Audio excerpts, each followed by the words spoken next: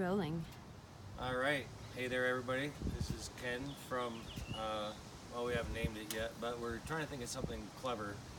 A lot of things that we came up with first are already taken, so we're going to have to put our thinking caps on. But anyway, um, happy Independence Day.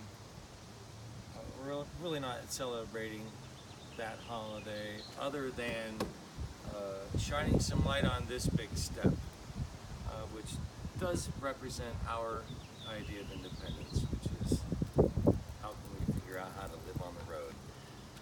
So we've been mulling this over for a number of months and had our shopping strategy, which we'll do a different video on later to show you just exactly how we went about buying this vehicle. But I think we got exactly what we wanted. It's a Class C 1983 Eldorado.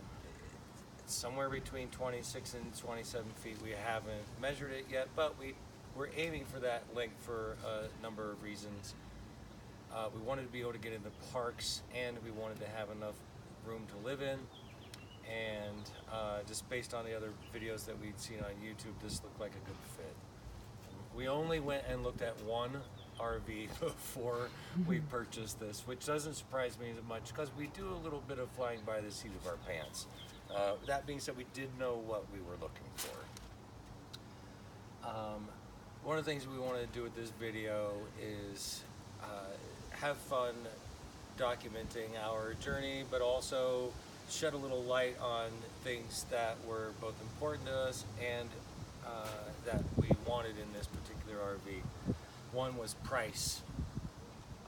We saw a lot of RVs in the $4,000 to $7,000 range that fit the bill, and we were sort of ready. We've been thinking about this for a while, so we would have been willing to pay that amount of money for the right RV, but we ended up getting this one for $1,500, and we weren't sure about it, but we figured, hey, we could buy it today and sell it tomorrow and still make money, so where's the risk? But so here we are.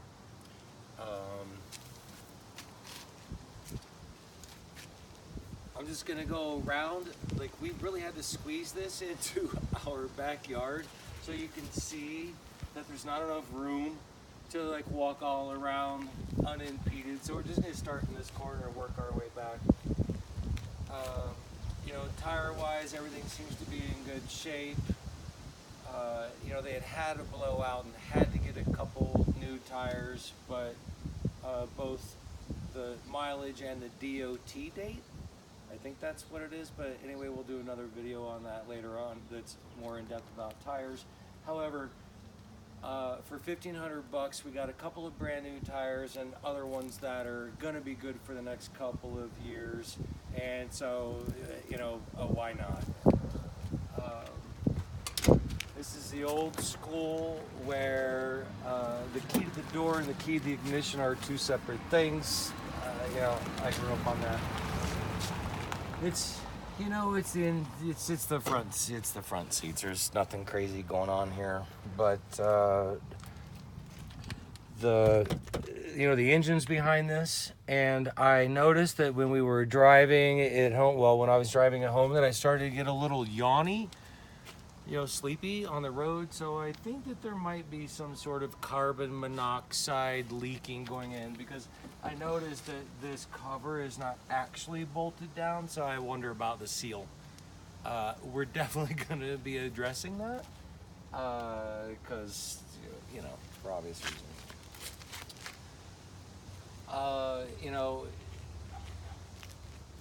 This is, I don't know what's in here. They showed us when we were there, but I really wasn't paying that close of attention. So we're just gonna open this thing up real quick and see what's in here. Now, one thing that we do have is a fine collection of keys here, and not knowing what opens what, we're just gonna have to do a little bit of trial and error here and see if we can open it. I can already tell you that we're going to be changing all of these locks because It's already taking longer than I'd like.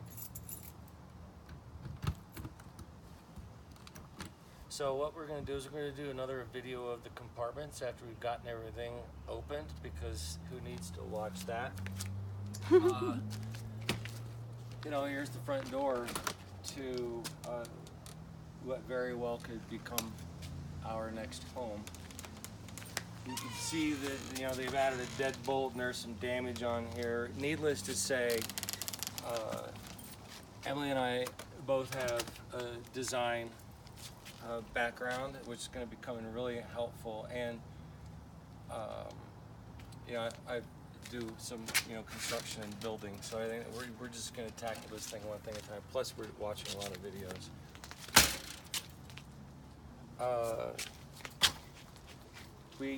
One of the things that we wanted was a canopy out over the door. That's not, you know, yeah, they all come with that. So, but this one's in decent shape. We really are glad that this shows no signs of wear and tear and everything works. So as long as we take good care of it, which we're gonna have to figure out what that means,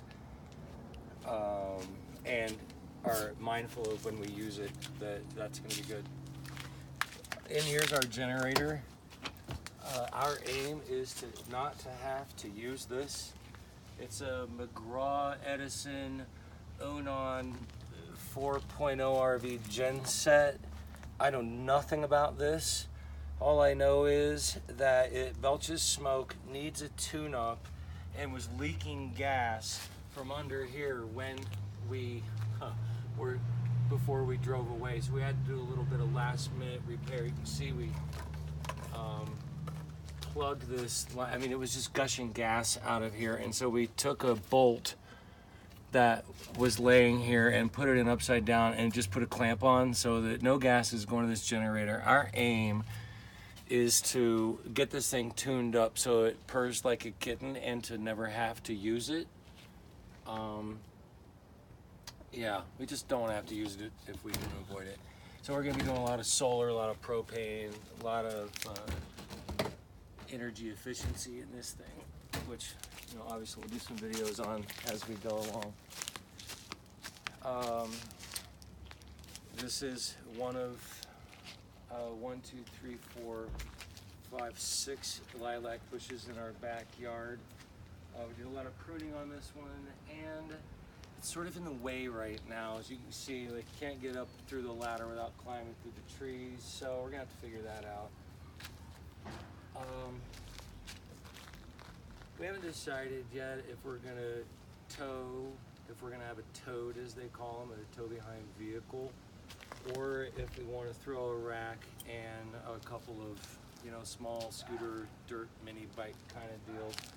But this vehicle has a hitch in the back and in the front, which is kind of cool. I don't know what we're going to do with that yet.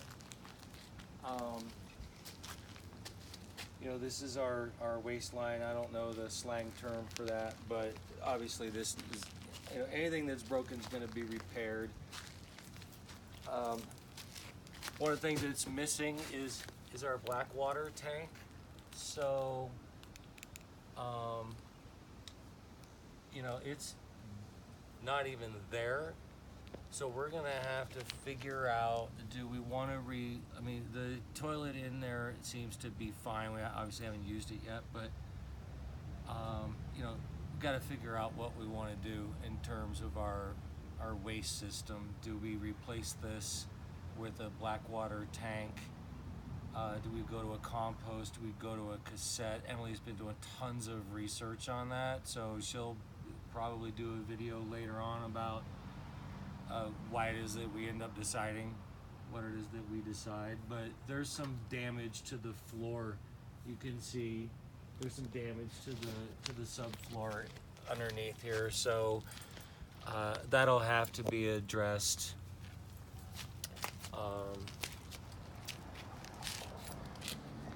All of our, everywhere that there is a joint or a screw, we've been watching, what is it, Deep Southern Homestead. Danny, I don't know, we'll put a link down there. He he's got a construction background. I have a construction background, and he really seems to be no nonsense and cares about safety. And you know, the watertight integrity of these RVs is so important. So we've watched all of his videos, and we're gonna mimic a lot of what it is that they did in order to make sure that water does not get into this RV before we even begin to do the work that we want to do on the inside. Whatever screws, sealant, and trim, that's going to be a fun task, because there is a lot of it. We're going to do a whole nother video on that because it's worth it. This RV's got two, well, we were told that they were 20-gallon tanks. We don't really know exactly, but we know we've got two in a front and a rear, and we're not sure which one the generator works off of, but whichever one that is has a leak. The floats, I think, are probably just old and bad, so the gauge in the cab is not reliable, and there's no way to do a trip odometer in there. It's just the one odometer. So we're gonna have to figure out, either replace or fix these tanks, or figure out a way to measure how far we've gone so we know what we've got in our tanks. Water hookups.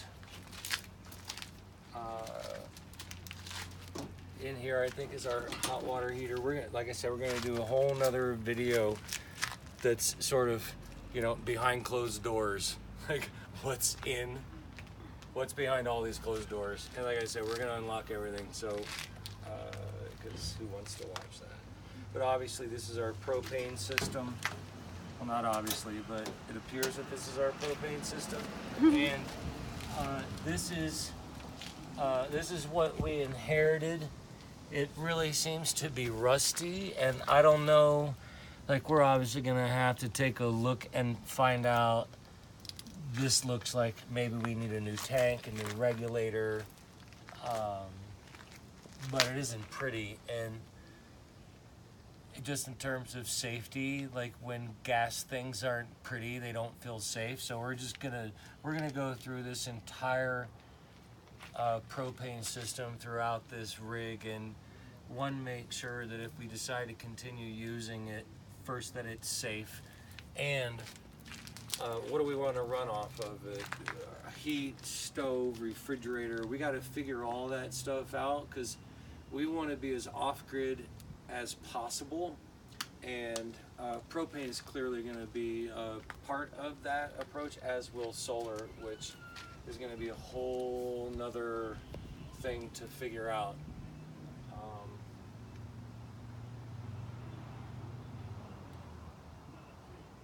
That's what I got. I guess after this we're gonna go inside. But